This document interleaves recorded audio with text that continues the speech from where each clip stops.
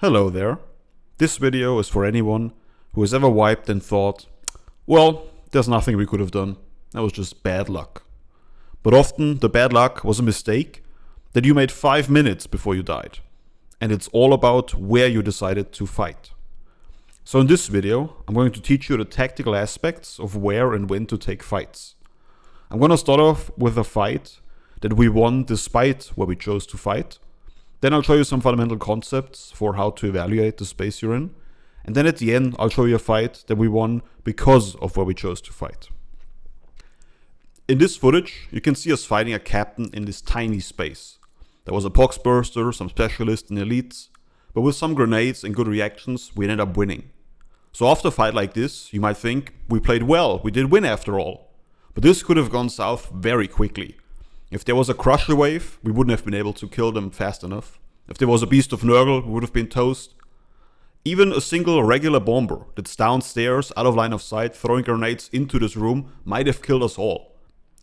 And then I might have gone, oh well, a grenade hit me and there was no way I could have gotten out since the boss pushed me into the corner. I was just unlucky.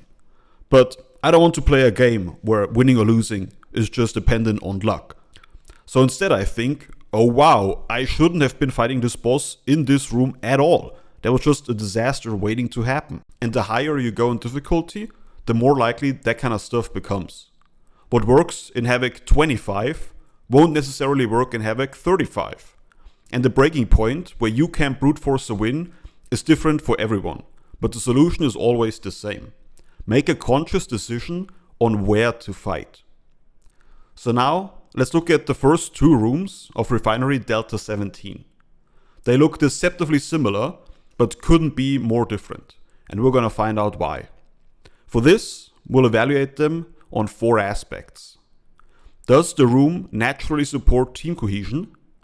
Do you have good cover? Can you avoid being surrounded? And is there an emergency retreat? So let's look at the first room and go through all 4 aspects, starting with team cohesion. And for that, we look at the spawns. Most enemies will come through the choke point from the other room, and there's an additional spawn inside this room right next to the choke point. Because enemies come from a single, obvious direction, players naturally move towards the same area to engage. There's really no reason a player would wander away, and no place they could really go. So without any effort at all, the team naturally stays together and fights together. Next, let's look at the cover. This room is filled with small obstacles that let you break and gain line of sight very easily. With just a little bit of movement, you can usually get a clear shot on anything in the room. Then, how easy is it to get surrounded?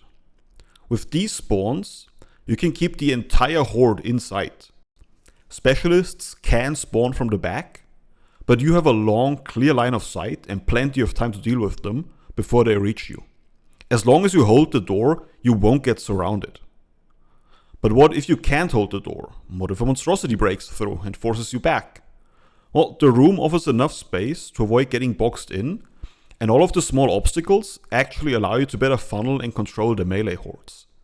And even this section in the back, that looks like a dead end, is wide enough that you can retreat into one corner, bait enemies in, and then break out along the edge when things get too close. And then the last aspect, the emergency retreat.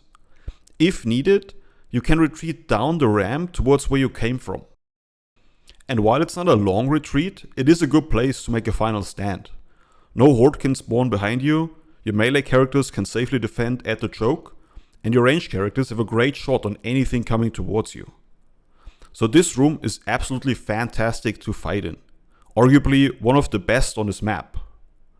So now, let's look at the second room. At a glance, this might look like the first room, just bigger. But it's actually the reason that this map had one of the highest early game wipe rates for me. So what is the difference? Let's look at 4 aspects again, starting with team cohesion. As soon as you enter this room, there's 2 paths to take. If you're playing with randoms, someone will almost always go the other way than the rest. Then, the room is simply too large.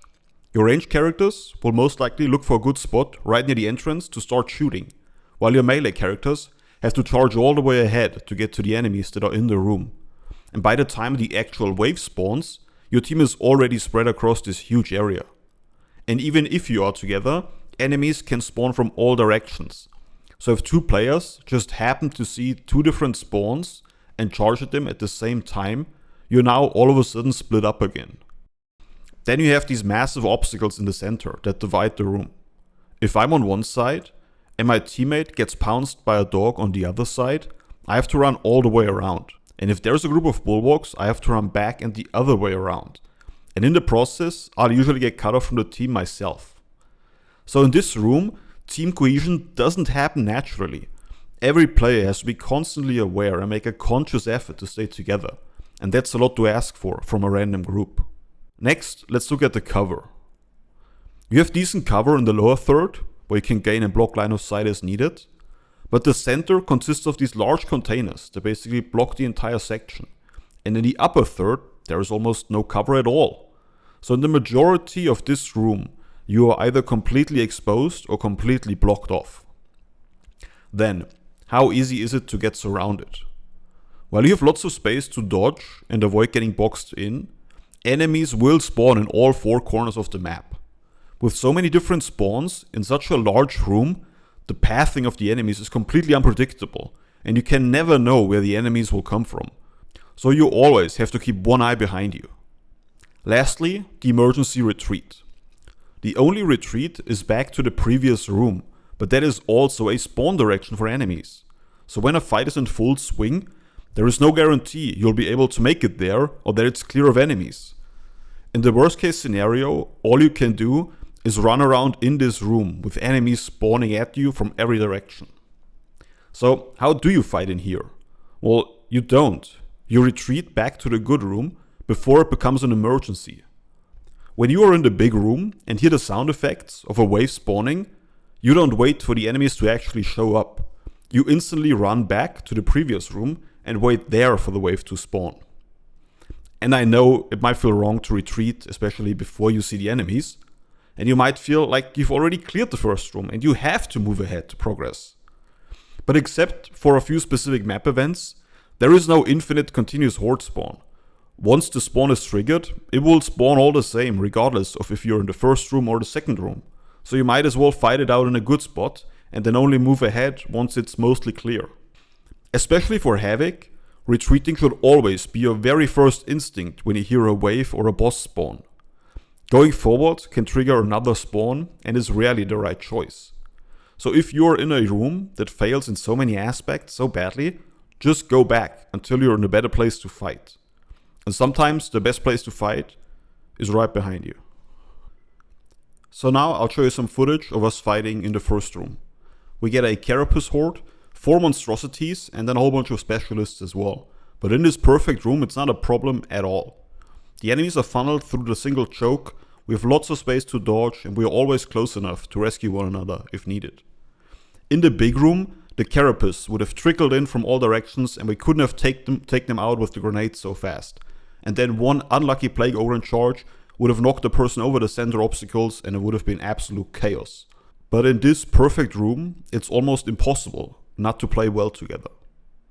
This video was just a short intro into some really basic tactical and positional concepts. There's obviously a lot more depth to it, but I wanted to keep it short. And even this short video was already a surprising amount of work. So please leave me a comment if this was helpful to you at all, or if this was all pretty obvious already. And also let me know if you want to see more content like this. Do you want to see full map walkthroughs? Do you want to see short focused videos on specific aspects? Or do you want me to, I don't know, make a tier list of every single room in the game or something? I don't know. So yeah, please let me know, and thank you for watching.